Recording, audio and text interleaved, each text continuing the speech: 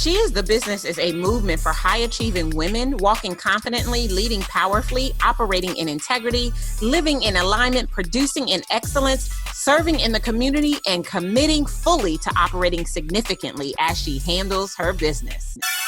You're listening to the Leverage Your Incredible Factor Business Podcast, the place to be to leverage and scale a business that serves you financially and spiritually. I'm your host, spiritual business growth coach, Darnyelle Jervey Harmon. Join me each week for inspiring stories, powerful interviews, and business growth strategy to help you to experience abundance in your life because of your business.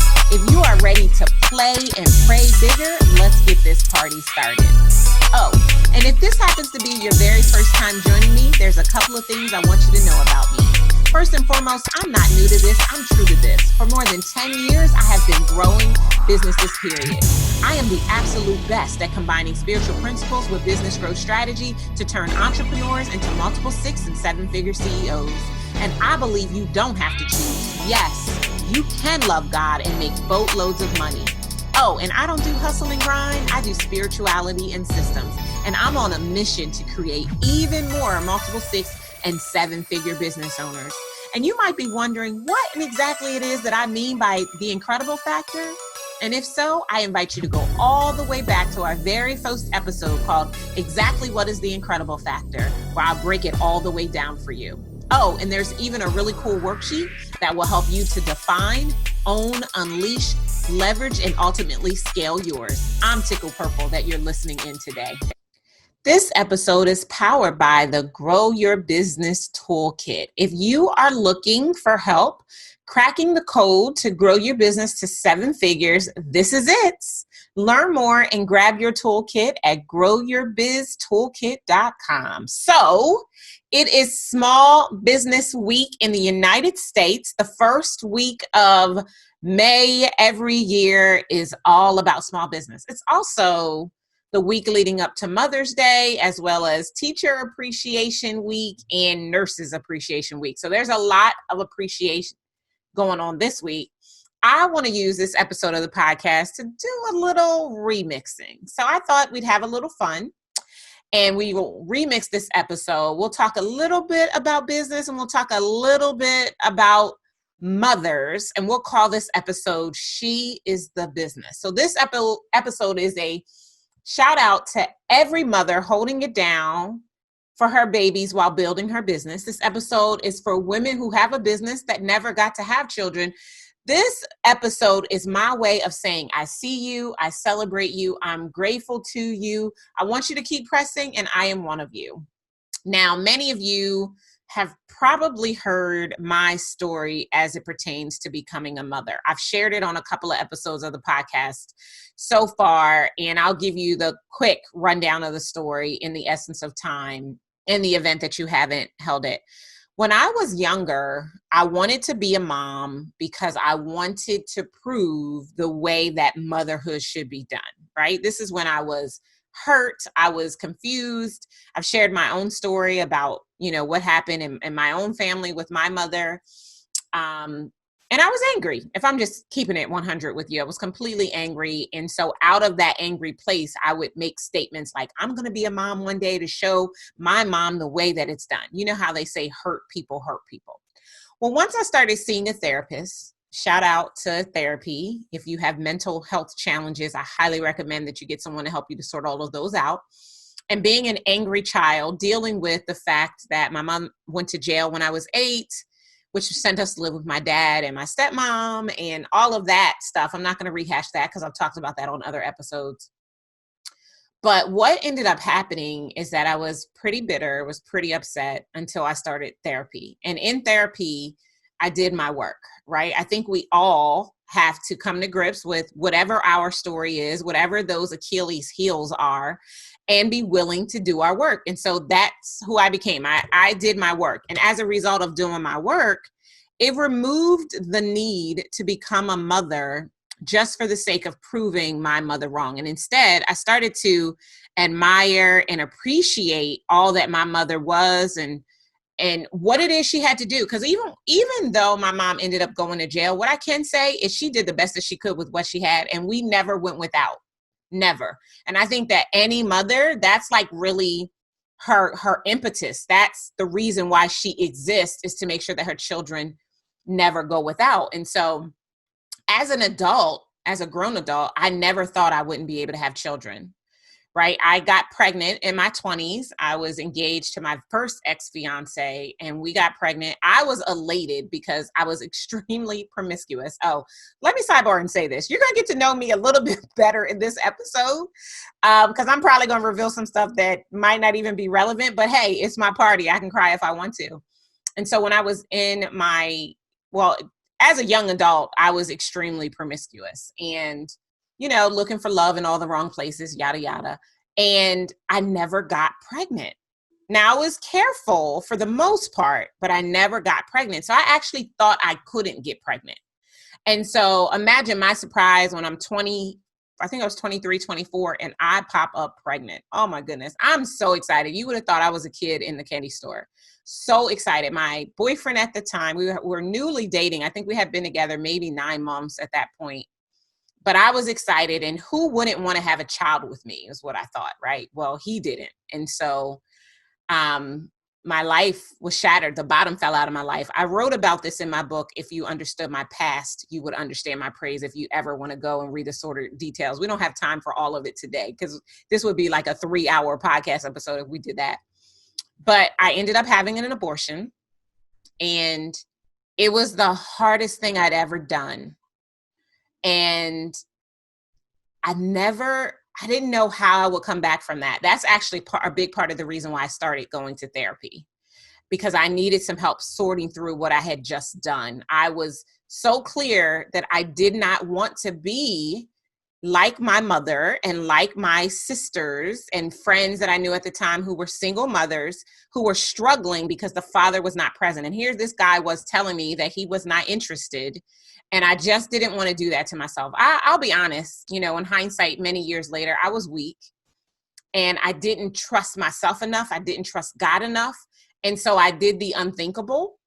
And I've done my work. I've forgiven myself. It kind of is what it is at this point, but I'm just kind of giving you frame of reference to bring you up to speed. And so, 4 engagements later, I'm finally married. I'm married to the love of my life, the man that God kept for me, the man who would take me into my destiny, the man that I waited for so that I could really show up in the world the way that I was supposed to show up.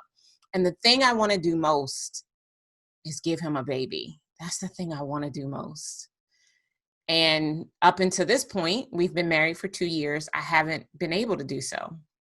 2 weeks ago, we celebrated National Infertility Awareness Week. And infertility is described as a woman or a man or a couple who is unable to get pregnant after trying for 12 months. That's considered infertility, because I struggle with that too. I'm like, I don't want to wear that label. But I realized that only if I tell my story will I actually be able to help other people. And so when we got married, we waited a year because, we got married older. And when you get married after 40, there's a lot of adjusting that needs to be done. And so we waited a year, and then we started trying to get pregnant, and we weren't getting pregnant. So we ended up seeing a fertility specialist, learned what the issue was, corrected the issue, and then we got pregnant. It's been almost a year. Well, a little bit less than a year. We got pregnant last June, just to give you a frame of reference. And I'm over the moon excited. I'm so happy and grateful because I can finally, my husband is an only child. I can, produce an heir for him.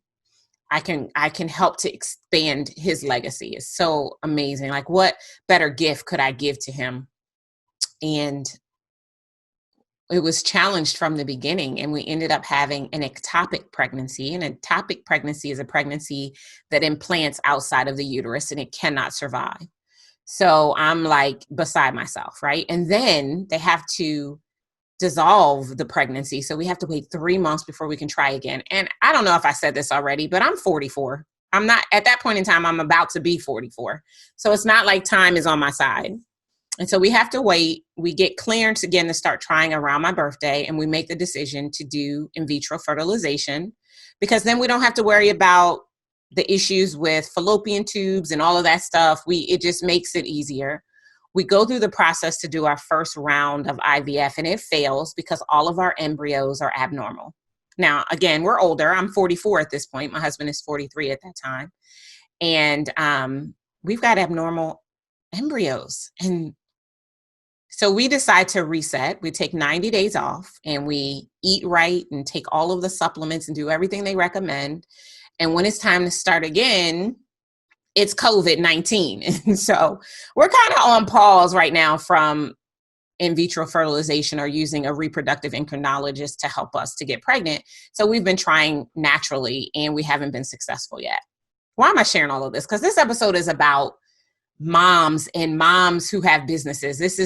This episode is about celebrating, bringing small business, which I love, and motherhood, which I aspire to, together in one place to celebrate the women who are doing the darn thing, holding it down, raising positive, successful citizens and growing businesses that serve them financially and spiritually. This is a shout out to you. I think most of you know that I work almost exclusively with women. About 95% of my clients are women, many of whom are mothers. I have, some clients that aren't mothers. They didn't have the dream to become a mother, or like me, they're waiting to become a mother, or that ship has sailed and they've kind of let it go. They're mothering in other ways. They're bonus mothers, or they're, mentoring children, whatever the things are that they might be doing to kind of fill that role if that's their desire.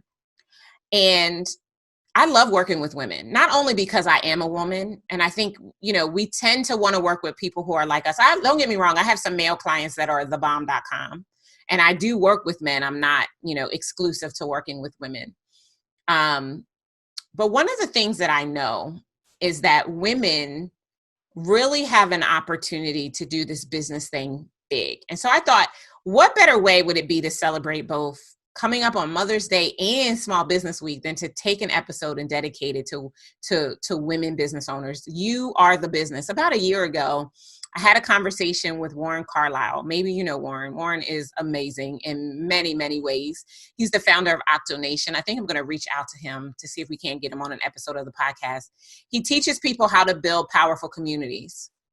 And we were just chatting, kind of, connecting, synergizing. I asked him, because he does a lot of work with brands and specifically movement around brands. Like, you should look him up. Octonation. It's like the fastest growing fan club of people who love the octopus, like crazy. But what he has done with that brand, what he has done with that movement, and how he has galvanized people around it has been amazing and ridiculous. It's just amazing what's happened. And so we were just kind of sitting there, and I realized that I didn't really feel like I had a movement. Yeah, sure. I teach people how to leverage their incredible factor, right? Well, actually the whole continuum, define it, take ownership of it, unleash it to ultimately leverage and scale it. That's what I do. But I didn't really feel like that was a movement. And Warren concurred. He agreed with me. He's like, yeah, no, I'm not really feeling that as a movement. And so we kind of pondered, and he asked me questions. He actually has this process that he does where he understands your core values and how those core values prey into the community that you want to create. And as a result of our time together, he hit me probably about 30 minutes in with this: she is the business. And I immediately got the goosebumps and my hair started standing on end, because I felt like that was it. He had asked me this question. He said, what is it that people say about you when they're talking about you, either to you or what you would presume that they say about you when you're not present? And I said, they would say, like, she's the bomb. She's got it going on. She's the truth. She's the real deal. And he said, well, would they say she is the business? And I was like, I think they might say that, because I think people who know me, who've worked with me, know that I'm very serious about business. I mean, it's my divine assignment. I take it very seriously. It is not a game. It is not a joke. I don't do it for sport. I do it because it's my divine assignment. Now, I love doing it and I have fun when I do it, but I am serious about business. And the method with which I show up is powerful. And so I immediately resonated with she is the business, so much so that I created a manifesto. If you were to get a copy of my incredible factor business growth 90-day planner, you'd see the manifesto, because when I first created it, we put it in the planner. Now, when we print our next set of planners, we're probably going to take it out. But I thought it'd be cool if I shared the manifesto with you, because it is powerful. I think it speaks to women. It speaks to women in business. It speaks to mothers. It speaks to mothers in business. This is a powerful declaration, affirmation of who we are and how we have the ability to shape the planet. So I want to share the manifesto with you. And then we're going to round out this episode with, let's talk a little bit about business, shall we? Right? Like, I mean, I know we've gone all over the place. I done talked about infertility.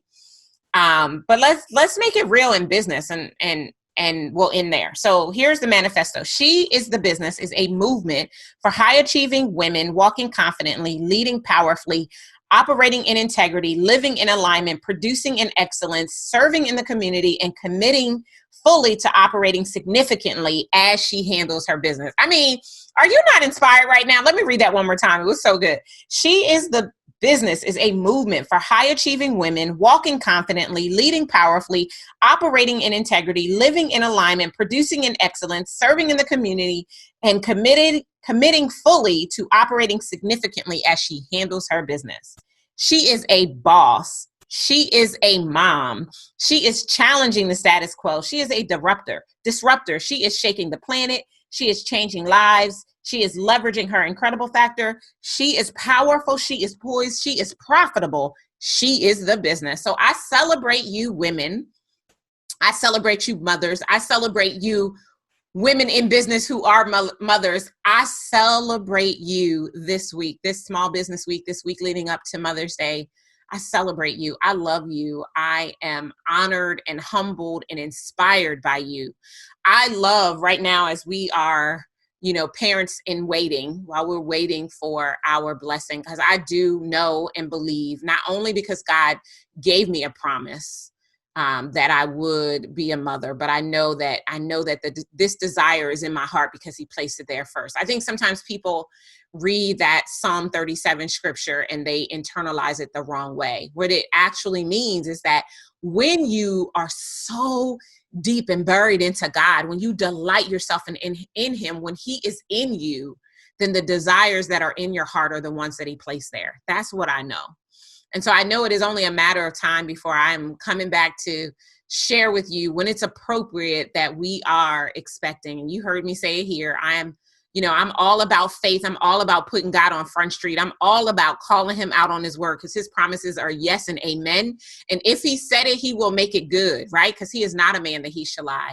And so I'm excited to share that with you. But today I want to celebrate the business women that are holding it down. And I just want to share some tips with you in this Small Business Week in a pandemic where many businesses are still trying to recover from what happened economically, from losing speaking engagements and clients not being able to pay, and all of the ricochet that has occurred as a result of COVID-19.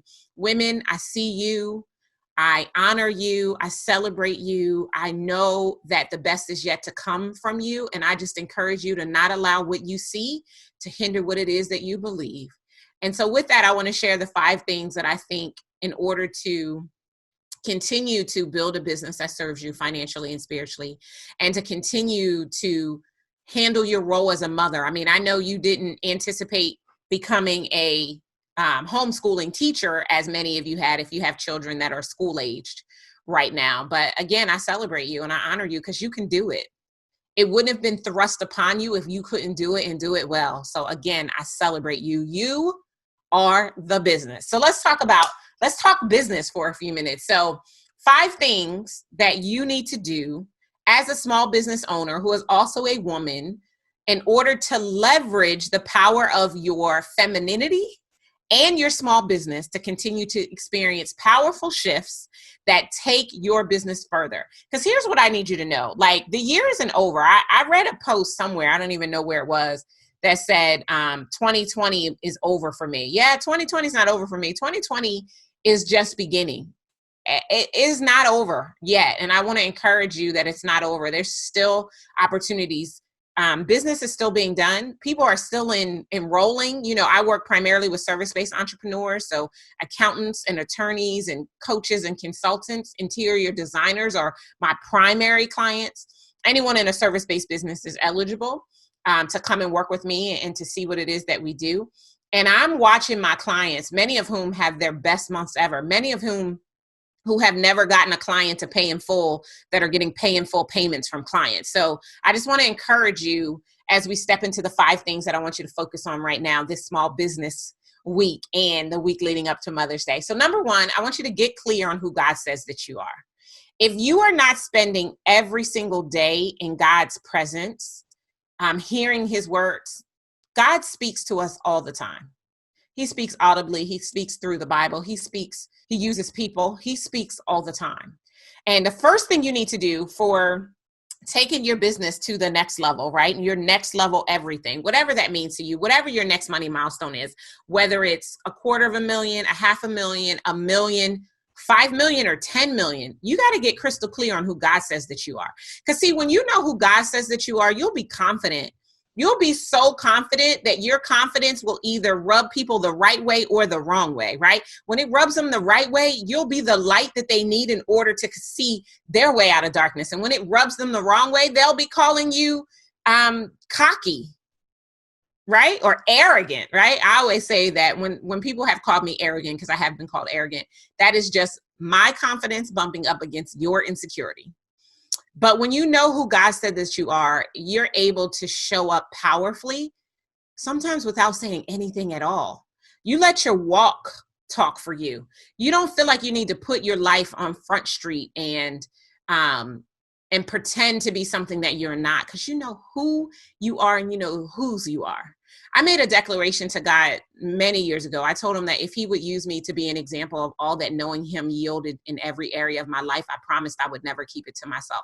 That's why we talk about God so often. That's why my body of work is combining spiritual principles, because God is principle. The Bible is the best system you could ever orchestrate in order to experience everything you want in your life and in your business and every area of your life.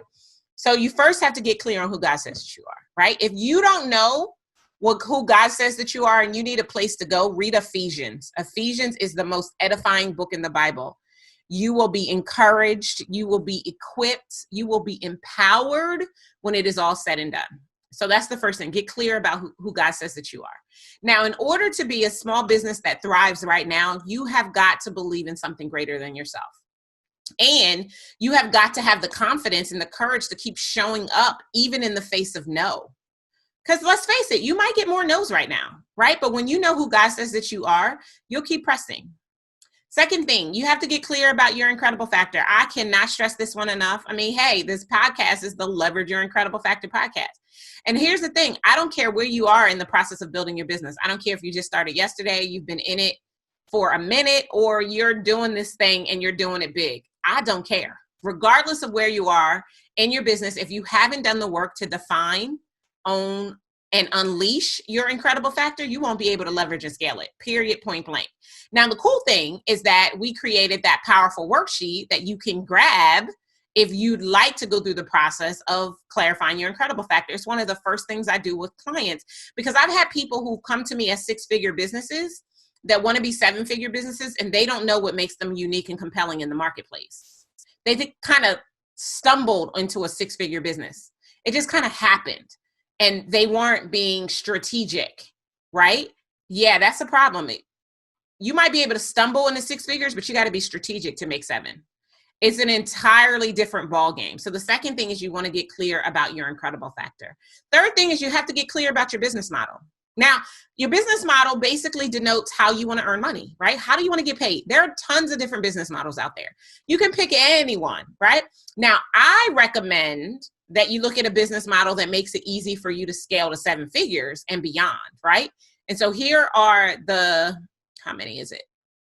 4 or 5 business models that I recommend that are scalable to 7 figures. Now, you can do any of these, you can do none of these, and you can still make it to 7 figures, right? There are more than one way There is more than one way to skin a cat, as the saying goes.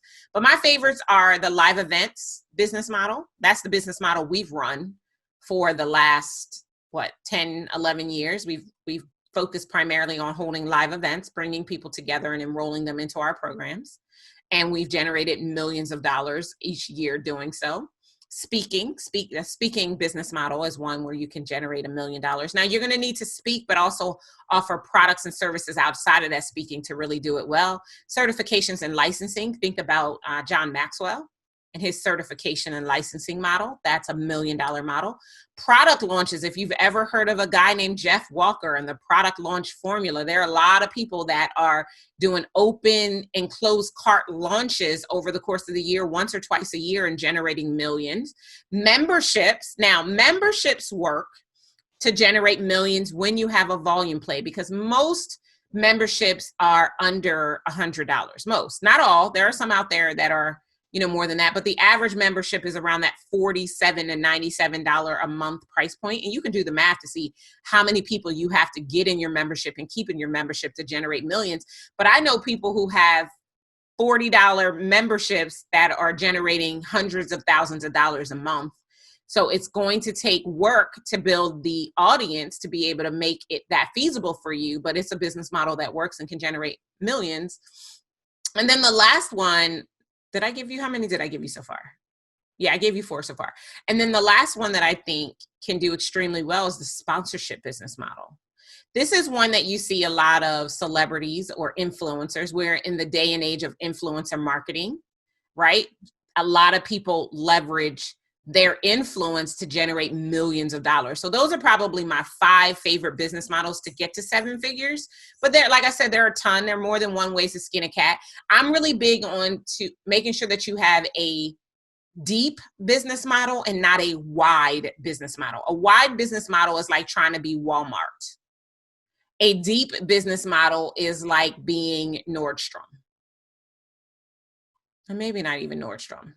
Being a luggage store, and I can't think of the name of the luggage store that we have in our mall. Like a wide would be being a Walmart. You've got everything. You're offering a lot of different stuff. There's benefits to it, but if you don't get enough traction, you'll end up wasting time and energy in a wide business model.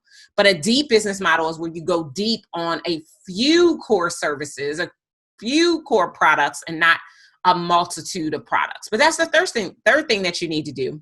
You need to get clear about your business model. If you want to maximize not only Small Business Week, but your business in or out of an economic downturn and a pandemic, right? 4th thing, you need to get clear on your offerings, regardless of your business model. You have to have powerful offerings that people are ready, willing, and able to invest in order to have you solve their spice problem with a spice solution. Period, point blank. If you don't have powerful offerings, regardless, again, which pricing model you decide you want to use, because there's high ticket, low ticket, and parity pricing. I talked about that in the episode Low Ticket Wonder. I'll mention that in the show notes if you want to go back and check that out. So you can take a look at the various pricing strategies, because again, there's more than one way to skin a cat. But if you want to get to 7 figures as easily and effortlessly as possible, then you want to make sure that you have a business model that makes it easy for you. Now, you're still going to have all of the moving parts in place in order to be able to walk that out. And that's a little something we talk about in my Grow Your Business Toolkit, right? I mentioned that at the top of the episode, that the toolkit was really designed to give you that 1,000-foot view of what it's going to take to get your business to 7 figures. It's a really powerful tool. And I highly recommend that you go check it out. Again, it's growyourbiztoolkit.com. And then the last thing you need to get clear on, and this one is especially for my mamas, is you have to get clear on your legacy. What kind of children are you raising? Are you raising entitled, spoiled children that because you make millions, they have everything handed to them?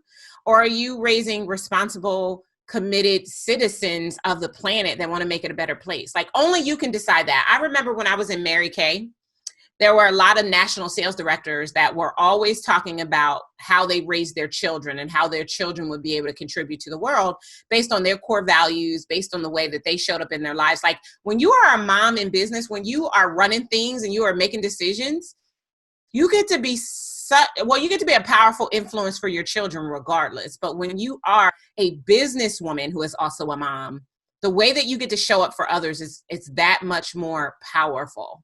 So that's it. Those are the 5. You want to get clear on who God says that you are, get clear on your incredible factor, get clear on your business model, get clear on your offerings, and get clear on your legacy.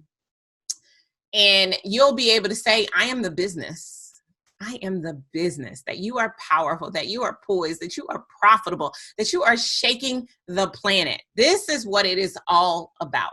Not just a small business week, but all the time. It is truly about recognizing who you are and what you bring to the table and doing your darndest to get it out into the world. Exploitation is not a bad thing, right? If you had the cure to cancer, you wouldn't keep it to yourself. She is the business is about knowing that you are the business, knowing that you are the only and obvious choice for your most ideal clients, and setting an environment, creating an environment for that to be the realization that they come to as well. So again, I celebrate you, mamas. I celebrate you. I can't wait to join you. I'm looking forward to it. Keep posting. I love seeing women who are expecting right now. I love it. I'm not the girl who cries and gets, all of that negative. I'm excited whenever I see a new baby announcement, because that means that God is keeping it close. And I just think that that's who God is. Like, he's so gracious and merciful that he would keep it close until it's my time. And I know it's all perspective, right? Because I could choose to be looking at this in an entirely different way, but I celebrate and get excited when I see new moms. I get the leap in my spirit, because I know that my turn is going to come soon. I love the scripture. I'll leave you guys with this. Habakkuk 2:2-3. You may know the scripture. Write the vision and make it plain. Write it on tablets, that they that read it may run with it. Though it tarry, wait for it will surely come. I am waiting for it. And while I'm waiting, I'm celebrating you amazing mothers, you amazing business women that are holding it down while holding it down with your babies while building your business. I love you. I celebrate you. Happy Mother's Day. I hope you have as amazing of a day as you can have in the midst of a pandemic where we're all staying home to stay safe and save lives. But know that I love you. I see you. I celebrate you. I honor you. You are the business, mama. You are the business. She is the business. I'll see you next time. Take care. Thank you for joining me for the Leverage Your Incredible Factor Business Podcast. If after listening to this episode, you know that it's time that you stop playing and praying small, you should go grab my Grow Your Business Toolkit. Based on the pillars of business optimization, this toolkit is the only resource you need to get crystal clear about what it will take to take your business to the 7-figure mark. Go grab yours today at growyourbiztoolkit.com. And if you enjoyed our time together, do yourself a favor. Head on over to iTunes, subscribe, rate, and leave us a review. Until next time, remember, you deserve to scale your business, shake the planet, and fund the life you crave. Take care.